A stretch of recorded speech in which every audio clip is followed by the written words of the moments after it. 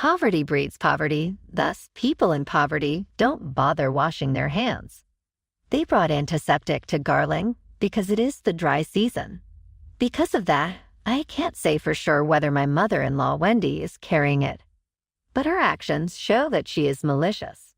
"Hey Mom, how will we head home?" I declared. "Okay, I see. How about we go home?" While driving home, Mary says something shocking. "So, your company's going to go bankrupt." The air seemed to freeze as if the fiery fury of Mary were ripping through the frigid air. Sarah James is my name. Not long ago, I turned 55 years old. I do not currently have a spouse. It has been 25 years since the birth of my daughter, Maria. On her birthday, I parted ways with my soulmate. My spouse was always on the go, working his business. He still loved me and proposed even though I was hesitant to become the CEO's bride. We were not fortunate, unfortunately. As soon as word got out about Mary giving birth, my husband made his way to the hospital. Unfortunately, he died on the road. His heart had been bypassed a few weeks before. His looks to have been fruitful, but he never came back. The birth room felt more like a funeral than a place of celebration, despite the wonderful occasion. Regardless, I was still obligated to carry on with the challenging job of raising my child alone. Mary got in trouble with her preschool teacher for being mean to one of her classmates. I gave her a stern scolding. On the verge of tears, Mary tried to explain. Even though it was tough every day, Mary started to talk better as time went on. She eventually hit her stride. Raising a child all by yourself wasn't easy. Bias was something I came upon. Having said that, Mary and I reminisced about many things. In a risk-free manner, Mary finished her degree program. Not too long ago was the Big 25. "Happy birthday, Mary." Says the maker, "I made you this cake." "Is that right, Mom?" "Very remarkable." "Oh my goodness, my sincere appreciation." This birthday celebration might be the last one of its kind. In the future, we plan to have our parties in larger gatherings. I peered over Mary's ring finger for an instant. Mary proudly displayed the silver ring after returning home, in line with David's scheme. Witnessing her joy flooded my mind with recollections of my own engagement celebration. The high school ceremony was the wedding ceremony for Mary and David, who had been dating for more than 10 years. In spite of everything they've been through, they're nearly there. As I murmured to myself, "It will be lonely when she leaves," I looked at the candle and the cake. In the midst of all this time, I found myself unexpectedly crying. "I will be forever indebted to you for all that you've done as a parent, Mom. Even after I am married, I still intend to be your daughter. Even while I'd love to be able to say goodbye to my husband with a smile, I'd much prefer say goodbye to Mary with joy." At last, David arrived at our location. In an official statement, he asked Mary to be his wife. "Thank you for monitoring us for 10 years, Sasha. May I be the one to bring Mary joy? Oh, I implore you, wed her." "Oh, what should I do?" "Mom, stop teasing us." Everyone laughed. Even though I had been devastated by her leaving, seeing Mary and David together made me realize she was happy. David was very regular in his visits. We continued to travel together. It seemed almost unnecessary how formally he asked. I trust David with Mary. It is my firm belief that my late husband would have been pleased. Mary has always had difficulty finding the right words to describe how she feels. No need to censor her when she's in the wrong. Get things rolling by talking it out calmly. But if there are adultery claims, she needs to come to me right away. My beloved mother. Laughter echoed through the air. It dawned on me then. Mary was content with David. He was accompanied by a responsible man named David, who was adamant about doing things correctly. My late husband would have been okay with Mary being with David, even though he is very close to Mary's family. Mary has always struggled with finding the right words to describe how she feels. I beg you, David, to be patient with her. Talk things out before making any big decisions, even though it's not always easy. Oh, Mom. Laughter echoed through the air. The intensity of David's care for Mary was crystal clear to me. The future happiness of Mary and David was the most important thing. Because David's mom, Wendy, was so busy running her own business, the family meeting was frequently postponed. "Mom, it's just hard to find a time for her since she's the CEO." "Oh, I understand." The family meeting, which Wendy had to postpone numerous times, will be arranged next month.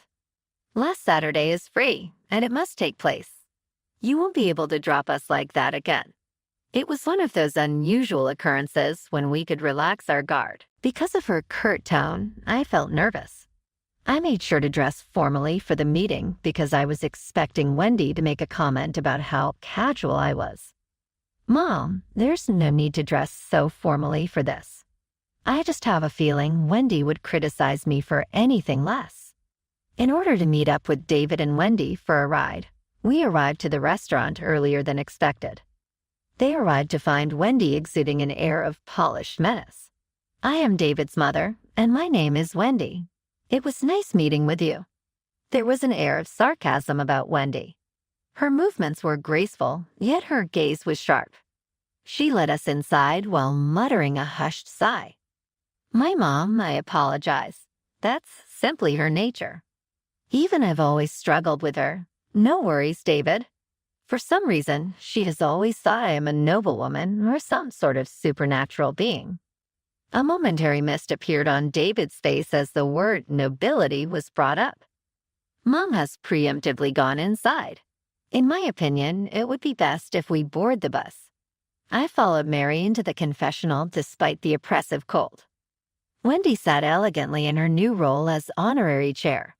She appeared to be speaking her mind. "Let David sit down. Ah, Mary, that's over there. In the meanwhile, you should sit down at the entrance." I felt her insinuating, subtly, that I was beneath her. "Your back problems have been brought up before.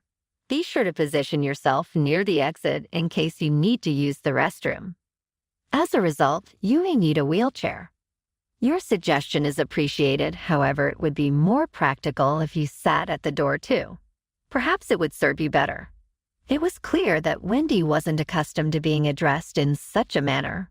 Her look tightened as I spoke. "In no way is my safety jeopardized.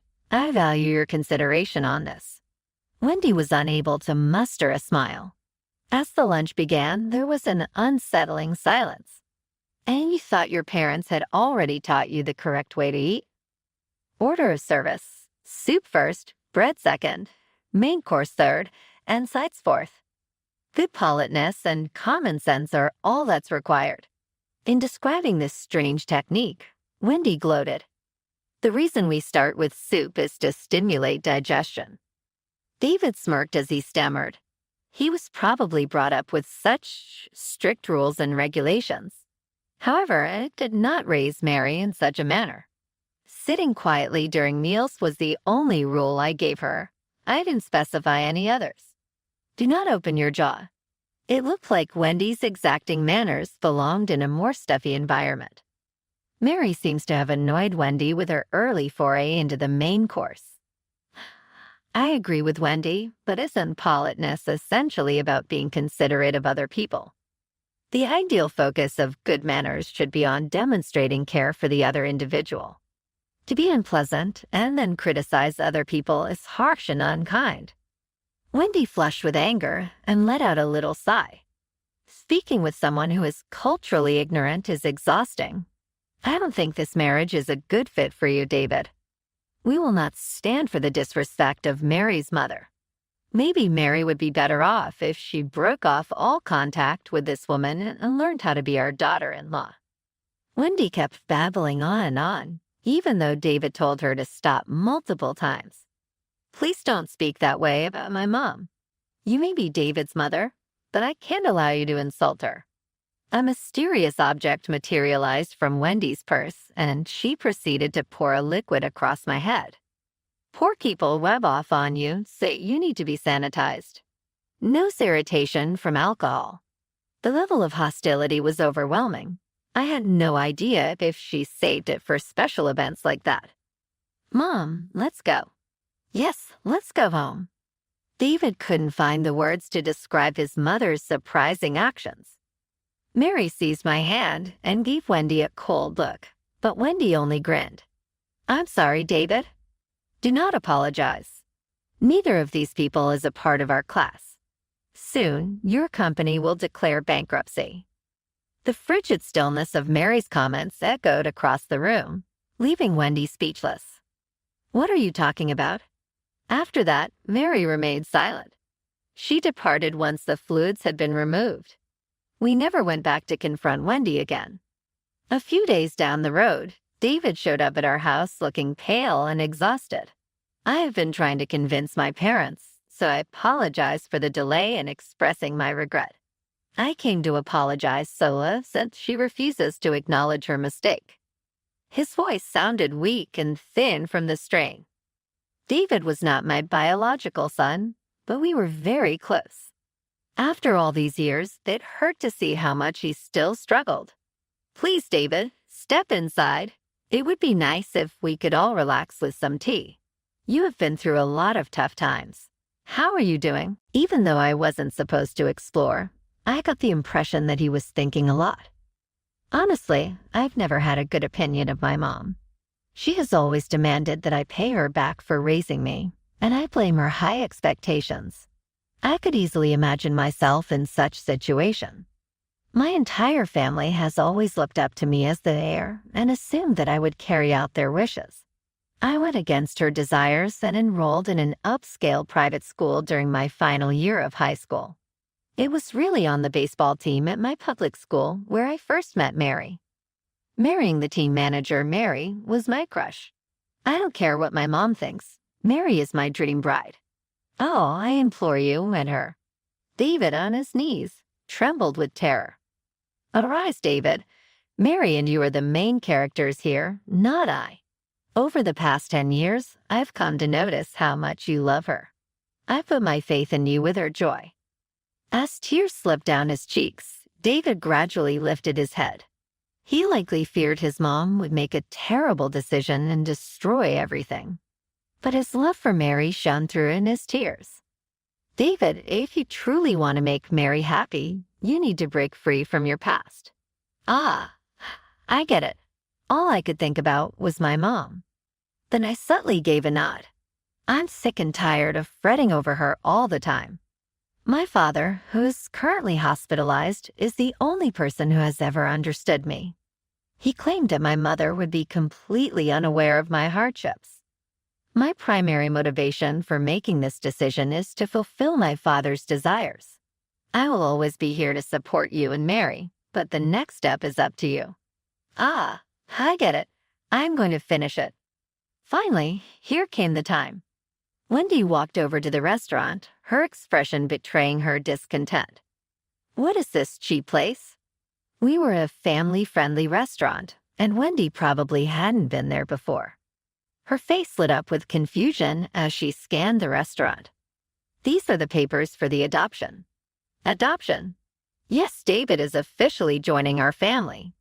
Oh my goodness, this is really absurd. No other children were ever born to his father.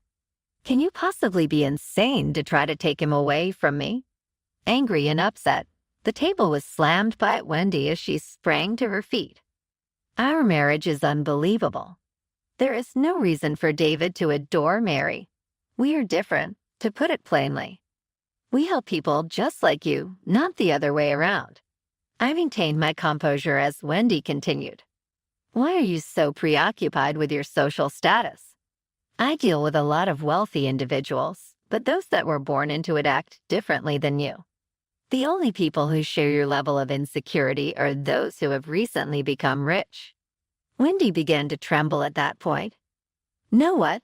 I'm actually pretty good. I came from a wealthy family and was born into affluence.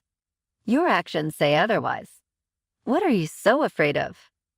Wendy went into a reflexive paralysis condition the moment the word afraid was said. "David told me you were always told you weren't good enough because you were a girl. So what? The fact that I was born a female did not stop my family from treating me like an outsider. I married an older man so that my family name might remain intact. The truth was starting to come out at last. Wendy was obviously resentful. For that reason, David's succession is absolutely captivating. Your family's perfect lineage will be joined by a commoner if David marries Mary. Stay quiet. You are completely foolish. I think that's enough. Brian, David's dad, arrived in a wheelchair, and Wendy's face turned white. This is what your father wanted, Wendy. Wendy became pale as she saw David assist her father into a wheelchair. He was given special clearance to leave the hospital for a little period while he was still recovering. He had listened intently to Wendy's criticisms of him. Set it aside. My apologies. It was never embarrassing for me to marry you. What I was actually doing was. Wendy was at a loss for words and was hesitant to speak. Brian disapproved by shaking his head. Dad says he's divorcing you. Mom, divorce? No, please say something. However, Brian paid little attention and remained silent. Wendy was in a state of fear now that she realized this was just the beginning of her issues. Sorry to interrupt, but we finalized all the necessary paperwork. It was clear that Wendy was anxious about the next event, since she leaped at the sound of Mary's voice. Oh, and by the way, I own a significant amount of stock in your company. What? Not possible. I couldn't agree with you more. A sizable portion of your company's stock has been in my possession for quite some time. Wendy's expression shifted from confusion to comprehension as she began to make the connections. Wait, were you that anonymous investor? That's right. But how? How could a poor family like yours invest that much? Wendy was visibly shocked. Her mind was clearly struggling to process the truth. I have been handling my late husband's business since his passing, and Mary has helped me a lot with that. The decision to sell all of our shares in your company has been made. Wendy's already pale skin turned much paler. No, please don't do that. You must sell the shares you have been stealing from the company immediately, or else the company will go bankrupt from its debt. If you do not, I will buy them back. Isn't that right, Mom? No, that's wrong. A little loan was all I needed. I plan to pay it back. Even if the company is yours, you still cannot spend this money any way you choose. Criminal consequences for embezzlement may apply even if you own 100% of the company. Wendy was speechless, therefore she was unable to defend herself. I have looked at everything, Mom. Do you not realize that you have been interacting with questionable loan sharks? It was my only choice. I will compensate them, but you are not to sell the stock. It's too late for that.